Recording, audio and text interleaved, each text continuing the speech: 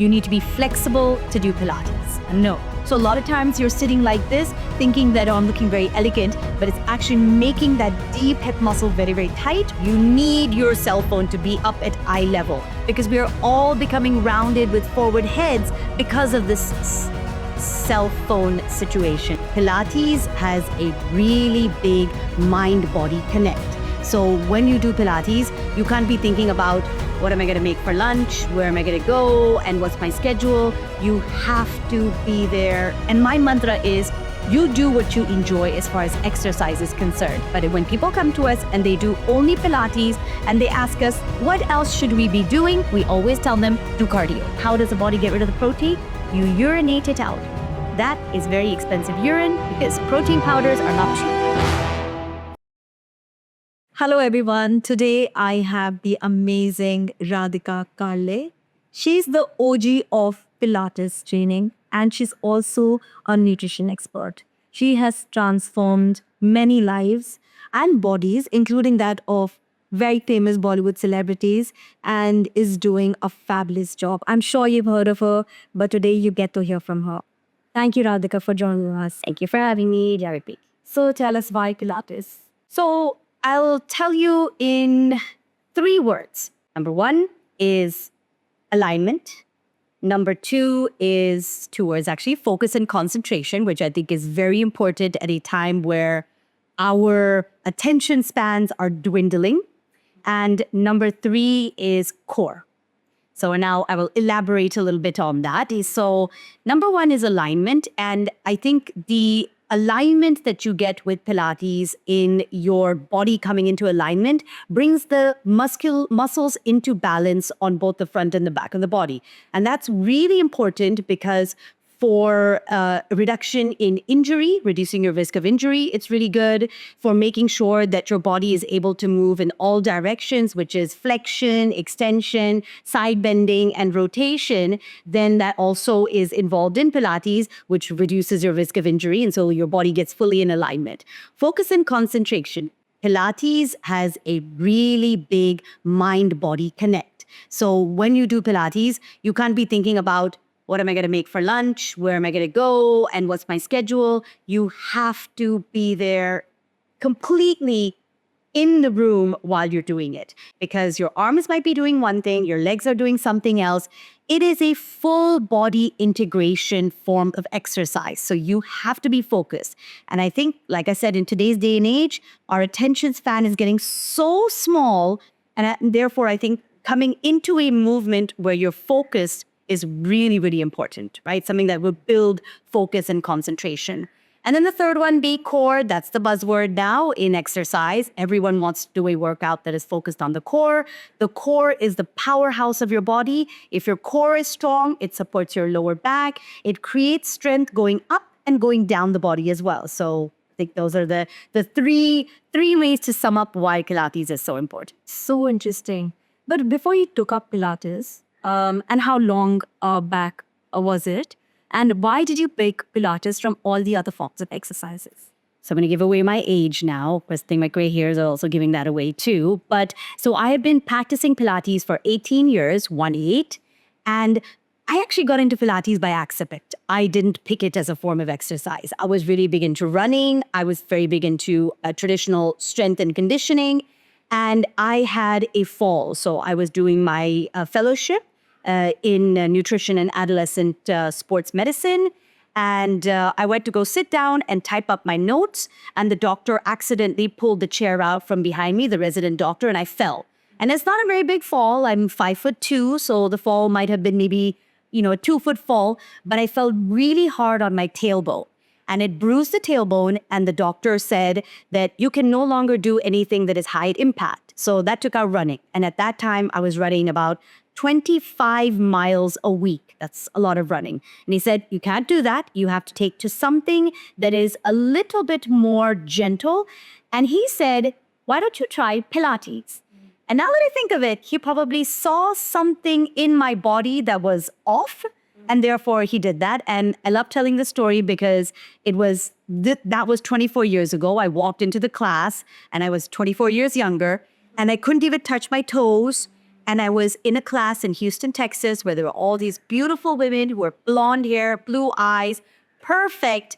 And they were doing teasers and they were doing open leg rockers and they were doing so beautifully. And here I was, I couldn't even touch my toes. So I spent the 45 minutes in the class basically looking at them and telling myself that when I got to that age, and they were all probably in their 40s and 50s, that I needed to move that way. And now I am at that age, and I would like to think that I move much, much better, and I am able to touch my toes. Amazing. I'm sitting next to you so I can see you. I'm not sure if the camera had captured that, but you have a very tight skin. Or your age, I think you can give a run for the money to a 17-year-old. So it's easy. It's good genetics. I would like to thank my parents for that, but it is also the exercise. Yes. Yeah. Secondly, I'd also think that people who do Pilates, like I heard this from someone long back, that, oh, she's got a Pilates body. What does that mean? So Pilates forms uniform muscles on the entire body, but also so let me take a step back. Because you form uniform muscles across the body, that means you are working the muscle on one side as well as on the other side. So we have what's called an eccentric contraction and a concentric contraction of muscles. So, and that is the beauty of doing Pilates on the apparatus. So you would have heard of a reformer or a Cadillac trapeze table or a chair. They're all spring-loaded. So the muscle on one side is getting shorter, but the muscle on the other side is getting longer. And because of that, you create long, lean muscles in Pilates. And that is where then the whole Pilates body comes about, is that you are creating these long, lean muscles. Interesting. Wow. So how is Pilates different from yoga, weight exercises, or gym cardio? Let's start first with what really makes it different is, number one, Pilates focuses on mobility and yoga focuses on flexibility. So in yoga, you have flexibility, which is end range of motion. Can I touch my nose to my knees? Can I get my head to touch my toes, right? Can I go into a full forwards fold? Whereas in Pilates, it's mobility. Mobility is strength with flexibility. And therefore, in a lot of Pilates exercises, the movement might not be really big. It might not be a big range of motion, but everything is coming with the center staying really strong. So then when your center is really strong and you're working on getting that movement while keeping your center strong, that really helps to protect the joints. It protects the lower back. So that's one of the biggest difference between Pilates and yoga. Now, as far as traditional strength training, if you're going to compare Pilates that you do on the apparatus, which is spring-loaded, with strength training, on the springs will only go up to a certain level. Okay. With weight, it can go up and up and up and up. So if you're looking at hypertrophy, which is building really big muscles or building a lot of strength, you have to do strength training, right? But if you are looking at getting equal amount of musculature on both sides, looking at protecting the joints, looking at doing things which again involve mind, body, and are all coming from the core, then you do Pilates on the apparatus, right? And again, on the apparatus, when you do it on a chair, on a reformer, on a trapeze table, you're not just working one muscle. I'm doing a bicep curl. I'm only working my bicep. On a Pilates reformer, you will do a roll down with the bicep curl. You're working your abs, you're working your glutes, you're working your back, you're working your bicep, but then the tricep also has to work to stabilize you in that position. Yes, so it's never just a bicep curl. Okay, and now the third one is the gym cardio.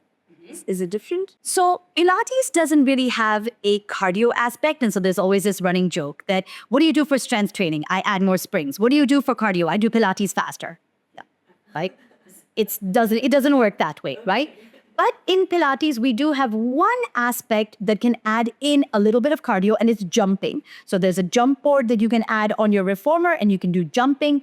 It'll make the heart rate go up, but it is not cardio because you don't jump for 45 minutes. So that's the one thing we say to people, and my mantra is, you do what you enjoy as far as exercise is concerned. But when people come to us and they do only Pilates and they ask us, what else should we be doing? We always tell them, do cardio.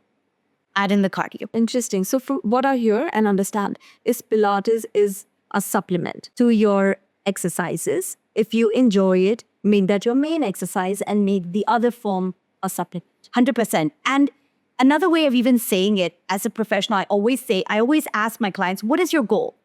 Right? If your goal is to be able to lift 100 kilos over your head, you will do Pilates to gain the core strength so that you are supporting your lower back.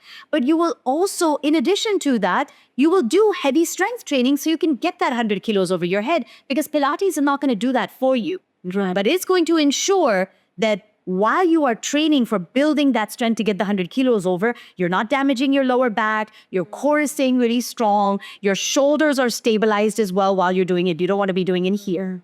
Interesting. So tell us, like, when you play sports, right, there possibility of injuring or getting injured, multiple, like tennis elbow, knee injury, ankle, and then you go see a physiotherapist.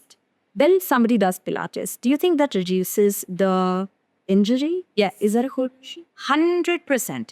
So Pilates is steeped in rehab, right? So I'll tell you a little bit of history about Pilates now, because this is the exact time to get into that. So Joseph Pilates did not have any formal education. And we don't have a lot of records on exactly what it was as far as his history is concerned or his education. But he dropped out of school. He joined a traveling circus with his father and his brother, and their act was the boxing act in the circus. And so if you look at old pictures of Joseph Pilates, he's got this really big torso, very, very much like a boxer. And so they were doing that. We know about history. World War I broke out, and he was German, so he got sent in to be a part of the Nazi army.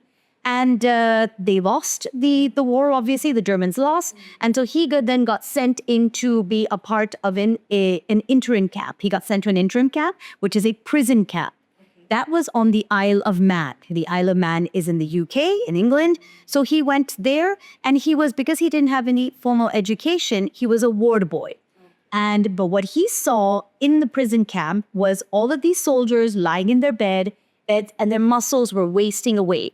So he was like, I need to do something about this. They cannot just be losing so much muscle mass. So what he did was he took springs from old mattresses, he took old tires, and he attached their hands and their legs to the springs, and he made them pull the springs. He made them do a whole bunch of extension work over the old tires. And because he knew that if they went into extension, it would expand them through the front of their body. They would get better lung capacity. They would breathe better. And we know with more oxygen, the healing happens better. So this guy was a genius, right? Without any formal education, he really knew what he was doing. Wow. And then the story was that a plague broke out. And now this is all the story, but it makes for a very good story. A plague broke out, and the plague took the lives of everyone except all of the patients who were in his ward. Isn't it a great story? And they said, you know what? We used to do these exercises with this guy, and I think that's what saved us. They went out looking for this guy. Joseph Pilates, being as smart as he was, had jumped onto a ship and was sailing across the Atlantic. He landed in New York, and that's where he set up his first gymnasium, right? So he didn't call it Pilates, he called it a gymnasium, and he called his movement contrology because he believed that the mind controlled the body. Absolutely right. I believe that. And last part of the story is, his first set of clients came from the George Balanchine Ballet Academy, because he set up his first gymnasium right underneath the New York City Ballet. And so, which was at that time was called the George Balanchine Ballet Academy. So the ballerinas, when they got hurt, they came down to get rehabbed by him. So yes, there is a huge amount of rehab that can be done. And I will give a lot of credit to Clara, who was Joseph Pilates' wife, because she was a nurse. So Joseph Pilates had no education, but Clara was a nurse. So I think she did a lot of the development of the movement because she knew the human body. Oh, so interesting. Yeah. Wow. But, it started in a prison. But today, Pilates is seen as an elite form of exercise. It's not accessible. Why is that? I think the reason why it is an elite form of exercise is because actually the equipment, the apparatus that we work on is quite expensive, right? So it comes at a pretty serious cost. And I think that's why it's become a little bit more of an elitist. my hope is that, at some point, even in this country, we would have a Pilates studio at every single corner, because I think it's something that everyone has to do. And Joseph Pilates said it as well, that I wish everyone in the world did my movement, we would be a happier world. I think especially now, that's what we really need, is for everyone to do Pilates. I know you're not good with numbers. You told me before this. But could you give us a ballpark figure? How much would it cost to, set up a Pilates if somebody was looking to do that in their homes? What would be the cost like? So if you want to look at good top of the line equipment, right? And I personally use a equipment that is made from the US.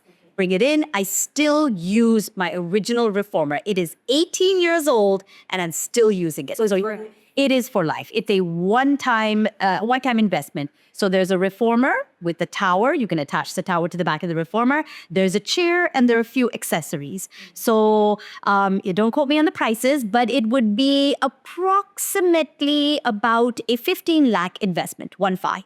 Interesting. Yes, and that's all you need. If you're So that's for one-on-one to do, yes, a session on your own or do personal sessions. That's what you need. That's just for your entire body. That's good. Yes. It's like if women want to have space, and a lot of people who are watching this don't live in Bombay or probably live in bigger houses in Bombay where they can afford to yes, the total setup. Yes. Okay. So yes.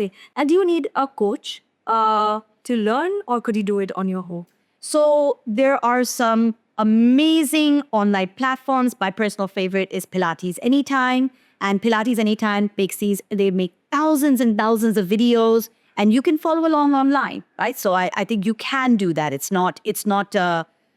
doesn't require that you have to have a coach. But if you have an issue, you want to get results faster, you want to make sure you do remain pain-free, and your risk of injury doing Pilates is like 0.05%. It's really, really low. So you don't have to worry about that. So if you have a coach, yes. But now, as someone who's running Pilates studios in the city, I know finding a certified coach is like finding a needle in a haystack. So then we refer to saying that, using Pilates Anytime with the online apps, or now even online training has opened up since COVID. So you could find a coach somewhere else and train with them. Yeah. So it's not difficult. You can. Where there's a will, there's a way. For someone who's completely new, someone like me, I want to start Pilates. Doing Pilates, or, see if that's for me. What is a good way to start? How long should I be doing it to kind of see any kind of changes in my body? So Joseph Pilates said, in 10 sessions, you will feel the difference. In 20 sessions, you will have other people who will notice the difference. And in 30 sessions, you will have a completely different body. So it is going to take 30 sessions, which means you have to stick to it for at least 3 months, because we recommend 3 times per week. So at least 3 months, and then you will really, really beat the benefits. Oh, interesting. Can you suggest 1 or 2 Pilates exercises that one can do for flabby arms? So flabby arms, always. So one thing I will say is that there isn't a spot reduction, but in order to ensure that you're gaining the strength in your upper body, my personal favorite is side bend mermaid. So it's a side plank, and then you add in a little bit of a side bend. It's a really beautiful exercise, but there's a lot of work that is happening through the entire upper body, as well as the chest, as well as the back. So remember, it's full body, so it's a lot of work. Interesting. Is it possible to get a chiseled jawline during Pilates? I'm going to say no. A little yes. My husband would do Pilates because he's craving for a chisel. It's for... Well, we will get him. It's not going to be Pilates alone. It'll be Pilates is a combination of something that will get that. Okay. What are the top Pilates exercises to build core strength? Every single Pilates exercise, almost I would say, every single Pilates exercise starts from your center, right? But in order for you to build core strength, you have to work first in a neutral pelvis, right? So your pelvis has to be in a neutral position. So since we're here, you're going to sit up really nice and tall on the bony joints in your butt. When you're sitting up on the bony joints in your butt, your hip bones are pointing forwards, you are in a neutral pelvis, right? And then, even if you do something as simple as a rotation and do not let your pelvis move, you do a forward flexion and you do not let your pelvis move, you do an extension, pelvis stays steady, you're working your core, right? But everyone's favorite as far as gaining core strength and gaining ab strength is 5 exercises, which we refer to as the series of 5, which are done on the mat. And that is a single leg stretch, it's a double leg stretch, it's a single straight leg stretch, double straight leg stretch, and then a crisscross bicycle, which involves a little bit of rotation. These 5 exercises, you do them back to back to back, and serious core strength and serious ab work. Wow. What role does nutrition play? While you're doing all of these exercises, which sounds so difficult, it looks super easy. But do you think it needs to be combined with proper nutrition, just like with any other exercise? Yeah, I mean, they say abs are made in the kitchen, right? So I think it is important that nutrition is very important. And I think especially what you have before your exercise and what you have after your exercise is also really, really important. Okay, could you recommend 2 or 3 food groups or items that one should consume before and after? And is it only Pilates specific, or is it, according to you, all about Pilates? So, no, I would say what I'm going to recommend is more Pilates specific. And with Pilates, because you're putting so much pressure on the abdominal area, you don't want to have anything like at least 45 minutes before your Pilates session. Otherwise, you're going to start to feel it coming up. And fruits are always a good idea. Hydrate as well, because if the muscles are really well hydrated, then you'll be able to move much better. So those are the 2 things I would suggest before. And my top 3 choices as far as fruits to have before your workout are banana, melon, and even right now, the number 1 favorite is mango, right? It's mango season, have a mango. And the reason why these fruits is because they have less fiber. The fiber then doesn't sit in your stomach. And if you have something that's sitting in your stomach, like dry fruits or an apple, or even for that matter, your raisins or your dates, then you're going to feel uncomfortable. Interesting. And after the workout? After the workout, then you again want to have something. So if you get something that has a decent amount of sugar into your system, then what happens is it opens up all of the channels in your cells. It allows everything to come into your cells, which then your cells will utilize for energy. So again, a banana, watermelon, right? All of these items, something that has a little higher amount of sugar, but is easy to digest. At that time is when I would say your dates are also a good idea. Drying figs are also good, but you have to follow it up with fluid, number 1. And number 2, then you need to also get in the protein after that.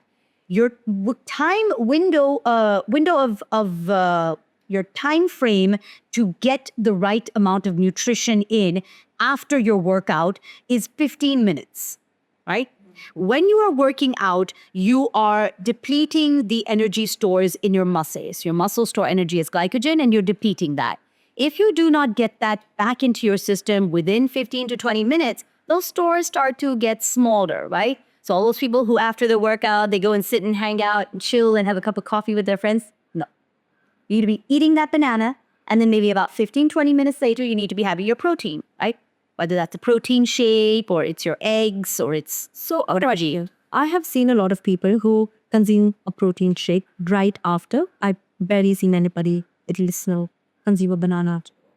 Is protein shake okay to have immediately after the workout? But you need something to get that protein into your system, right? So if you have not had some sort of a source of sugar, at least 45 minutes, after with or before your workout, that would have been used up during your workout. And so then the protein is not going to get into your system properly. It's not that it's not going to get in at all. It will get in a little bit. But if you give your body a little bit of sugar and you do a release of, when you give your body sugar, it releases insulin. Insulin attaches to your cells, it opens up the channels, and then it allows everything else to go in. The sodium, the potassium, the protein, the sugars. So, but without that insulin attaching in, that protein will just kind of bounce around. And then eventually, how does the body get rid of the protein? You urinate it out. That is very expensive urine because protein powders are not cheap. Yeah, that's true. And what age do you think one can start doing Pilates? Is it good for kids under the age of 5? Also, is it good for elderly people who never exercise? So under the age of 5, maybe a little bit too young, right? But we say that at age 10 is a good time to start Pilates. it requires a lot of focus and concentration. So at that age, maybe they don't have that kind of focus and concentration, but at age 10 is really, really good. You can even put them on the Pilates apparatus at age 10 as well. So my niece and nephew were ice hockey players in the US. Whenever they would come for the summers, they would come and train with us. And my nephew would always say that, yes, it makes a difference. So that was good. And then as far as your older clientele, yes, we have people who are 77, we have an 83-year-old who does Pilates with us, because it is not high intensity, it's high results and it's low impact. Because of the springs, that's really, really nice and gentle on the joints. And again, it's very steeped in rehab. So you've got osteoarthritis, osteoporosis, osteopenia. Pilates is great. Great. Amazing. Can athletes use Pilates as a form to strengthen their body, must build muscles, and also correct their postures?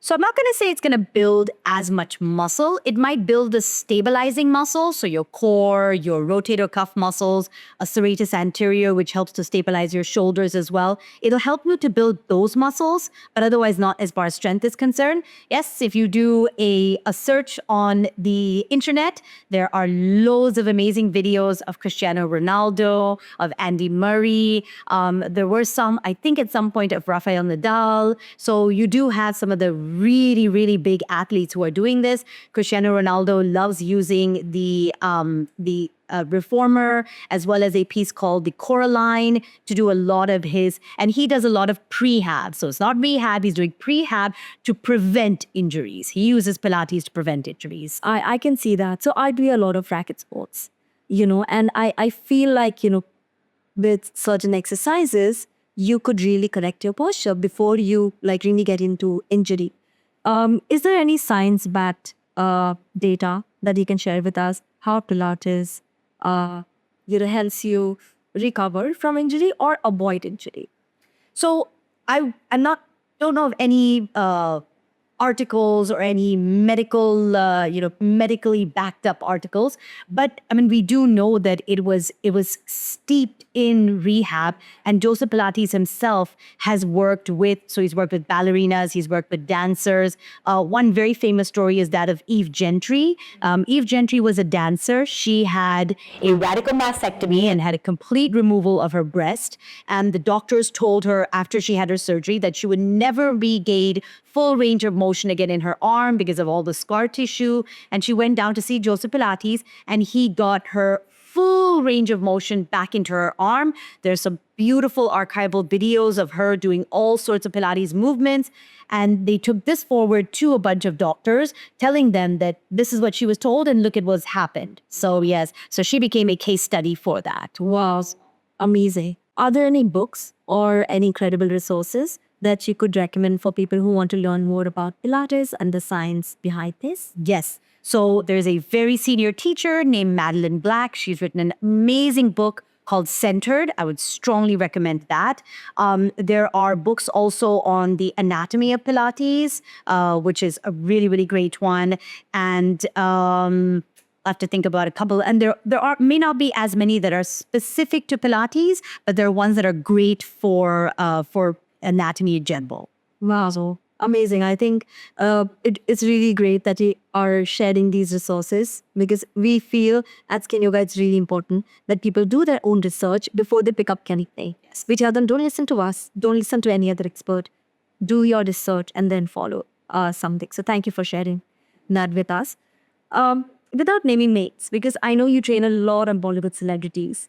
What do you think is the right Pilates routine that you follow with most of these celebrities? I'm going to say, yes, without naming names, I'm going to say that a lot of times the routine changes based on the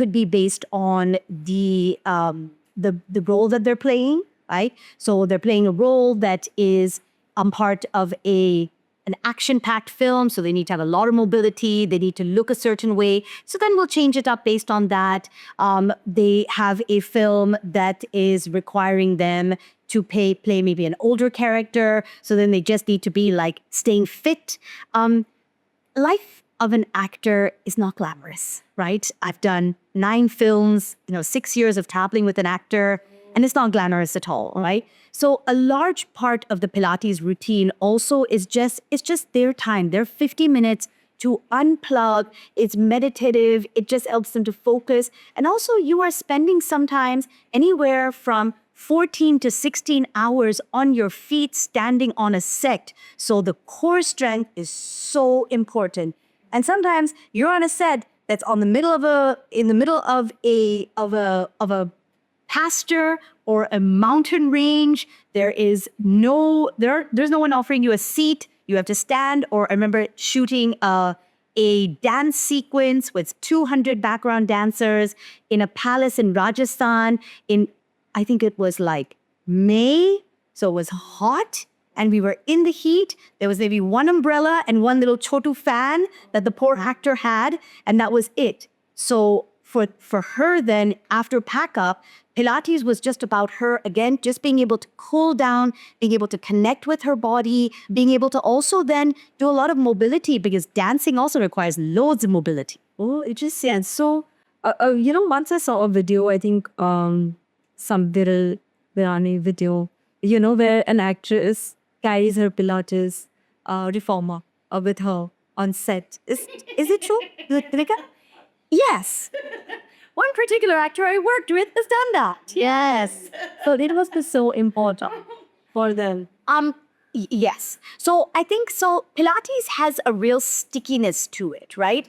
It's once you start, it's addictive, and it's a good addiction. But that stickiness then, yes, makes you think that I need to take my Pilates reformer everywhere. And yes, I mean, one particular actor that I've worked with for some time, we had a custom-made 10 feet by 4 feet wooden box, and that the reformer would go in there and you would crate it around all over the place. So that reformer has gone from Banaras to Delhi to some random place on the outskirts of Gurgaon, all the way down to the south. So yeah, we traveled it. And I think it's a stickiness. It's you feel so good after doing Pilates. I can see that. But how do they stay motivated, while you're traveling to do Pilates, and shooting is crazy, their schedules, right? Yes. But how to, at the end of it, like if somebody asked me to go to the gym after I, come back from a long day, I wouldn't want to do. So you really need that motivation. I don't think it's motivation. I think it's dedication. So I think you're dedicated to your craft. And also, again, I think it's when you have a form of movement like Pilates that makes you feel so good, relaxes you, calms your body, lets you connect to your body as well after being around. And when you're on a movie set, I mean, you're around like 200 plus people. So it's just then your time to just zone in. And when you have a movement like that, it makes you feel so good. And it's something that you can do throughout. So you're in your 20s, you can do it. You're in your 40s, you can do it. You're in your 70s, you can do it. So that stickiness, I think, is also what brings them back to it. Okay, now time to take names. Who is your favorite celebrity who you think is very dedicated and, is using Pilates as a real form of fitness or staying fit? So it's actually not a celebrity. It is someone who is connected to a celebrity. I think that is... So it's actually 2 people, and they're both connected to Sonam Kapoor Ahuja. So one is her mother, Samita Kapoor. She's going to be taking her name because she's a very private person. But I've been training Mrs. K for 15 years now. Wow. Yes, exactly. So she's one. And the second person is Som's husband, who is Anand Abija. So Mrs. K uses it because she just really, really feels very strong doing Pilates. She's a little older now. She has seen how it has really helped her stay on her feet. I mean, you tell that woman, okay, we have to walk up this hill now, and it's a 13-kilometer walk. She'll be like, okay, sure, I can do it, right? And Anand likes to play sports. They've got a young child now, so they got to keep up with the kid. He travels a lot. So he uses Pilates also just to really keep himself fit, keep himself mobile, spinal mobility, core strength, all of that is support. And also, I would like to think that the Pilates also helps him with his basketball. Anja, he's got a good body. I think somewhere I saw a picture he posted and he's got a very fit body. He's super strong and he's focused, just fiercely focused. So how often, like how many times a week would you recommend somebody? At the minimum, you should start with twice a week. If you can commit to 3 times per week, there's nothing like it. Oh, right. Okay. And how has Pilates transformed your own mental and physical fitness? I think this is where I don't talk about myself too much. I'm quite a private person myself, but I run 7 Pilates studios. I do education. We had 3 educators on board. We're also the distributors for Balanced Body in India. And I run 3 homes. So I think Pilates allows me to do all of that. It really does. And I'm not going to discount that I have an amazing team that helps me. I've got a village that supports me. But I think my Pilates practice allows me to just stay really focused, allows me to really understand what my body needs, when it needs it, how it needs it. So I'm going to give it credit for that. Amazing. You train coaches. You train them to become Pilates coach. So there are a lot of people in India. We are in Bombay, but a lot of people were not in Bombay and they want to become certified coaches. How can they find you and how can they start coaching? They can find us on Instagram, Radhika's Balanced Body. They can check out our website, radhikasbalancedbody.com. And those are the 2 best ways. Because we are 4 educators, we do travel across the country as well. So if someone wants us to come and do a set of workshops, we're there to do that for you. We do a lot of curated workshops as well. But our authorized training centers are in Bombay. And next month, we'll have an authorized training center in Bangalore as well. So you can find us there where you will be teaching the courses. Congratulations. Thank you. How long are these courses? The courses are 16 hours, which we break up anywhere between 2 days, 8 hours a day, to 4 days, 4 hours a day. So you have that. You kind of have that little bit of flexibility over there. And but 2 days, and there are 10 courses that we have through the Balanced Body system, and those 10 courses then take you towards becoming a certified Pilates teacher. Interesting. Okay. Now, what is one myth about Pilates that you would like to bust? You need to be flexible to do Pilates. And no, Pilates helps you build mobility and a little bit of flexibility as well. Okay. And for people listening today, what's the one small action they can take to start their Pilates journey today? The first step, I think, is breathing, right? So Joseph Pilates said, the first and last act of life is breath. And in Pilates, we do this posterolateral or this 360 degree or this rib cage breathing. And if you can become aware of your breath and how your breath, if you can get into that really big rib cage breathing, how your energy levels change, how your posture changes, your alignment changes, and how you get a lot more mental clarity when you're breathing better. We end up doing a lot of shallow breathing. We end up doing a lot of breathing just up here. But if you can take that breath all the way down to the bottommost part of your rib cage, see the change that can bring. Wow, that is so deep, but it's amazing. I mean, just a simple breath can make a huge difference to your body.